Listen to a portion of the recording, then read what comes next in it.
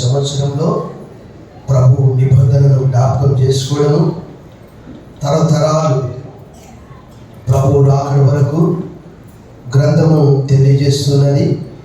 రోమీయులకు రాసిన పత్రికలోని 1 లేక 2 లేఖన భాగాలను మనం ధ్యానం చేసి మన ముందున్నటువంటి వాళ్ళలో పాలు పొందాం. Letter of Paul to the Romans chapter 3. అక్కడ పౌలు చెప్పే 1-2 మాటల్ని మనము జ్ఞాపకం చేసుకుందాం. 3వ అధ్యాయము 10వ వచనంలో ఇలా రాయబడ్డది, నీతిమంతుడు లేడు, ఒక్కడును లేడు. ఇందులో గురించి రాయబడ్డది ఏమనగా, నీతిమంతుడు లేడు, ఒక్కడును లేడు, గ్రహించువాడు ఎవడునూ లేడు, దేవుని వెదకివాడు ఎవడును, అందరూ త్రోవ తప్పి ఏకముగా పనికిమాలిన వారైది, మేలు చేయవాడు లేడు ఒకడైనను. ఎవరైనా దేవుని వాక్యంలో రాయబడిన దేవుడు అంటే పరలోకం నుంచి తొంగి చూస్తున్నాడంట, ఒకరైనా ఉన్నారేమో. కానీ దేవునికి ఆదికాండము 6వ అధ్యాయంలో the whole earth was corrupted. భూమి అంతా కూడా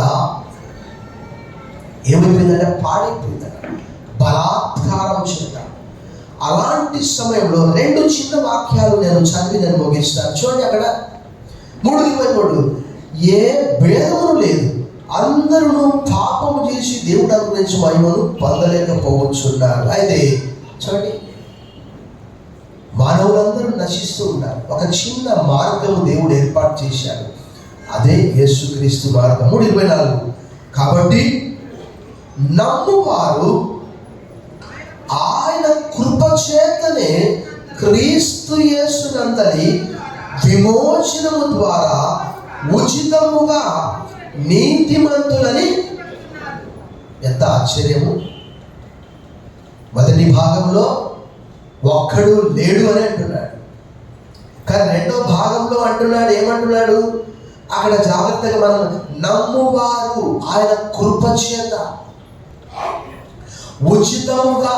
దీని కొరకు ఎలాంటి డబ్బు మనము ఖర్చు చేయాల్సిన అవసరం లేదు.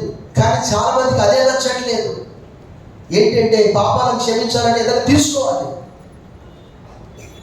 ప్రభుత్వ మిగిలి పిల్లారా, ఉదయ కాలం ఈ నూతన సంవత్సరంలో ప్రభు మనందరినీ ఉచితముగా, చాలా మందికి అర్థం కానటువంటి సమస్య ఇది ఏంటంటే ఆయన ప్రేమ అంతే. దేవుని గ్రంథము తెలియజేసిన ప్రేమ మరణమంత బలవంతమైనది, ఈర్ష్య పాతాళమంత కఠోరమైనది. ఆయన ఈ లోకానికి ఎందుకు వచ్చాడంటే మనందరినీ ప్రేమించడానికి. నేను మిమ్మల్ని ప్రేమించిన ప్రకారం మీరు కూడా ఒకరినొకరు ప్రేమించండి. ప్రజలందరూ తెలుసుకున్నారు మీరు నా శిష్యులని.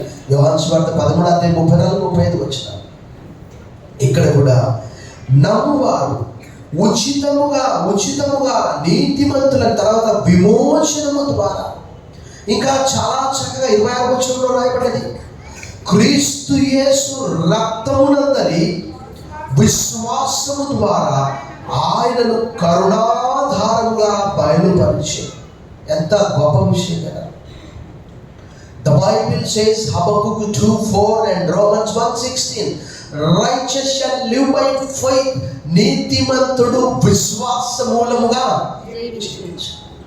కేవలం ఆయన నా పాపాల కొరకు చనిపోయాడని యేసు ప్రభువుని నోటితో ఒప్పుకొని దేవుడు మృతుల్లో నుండి ఆయనను లేపెనని హృదయమందు విశ్వసించినట్లుగా నీవు రక్షింపబడదు.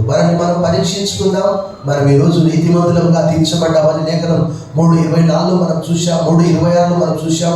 విమోచనం ద్వారా ప్రభువుకు కృతజ్ఞత చెల్లించి మనము ఈ బలలో పాల్పొందుతాం. తను వచ్చి మనము పరిశీలించుకుందాం.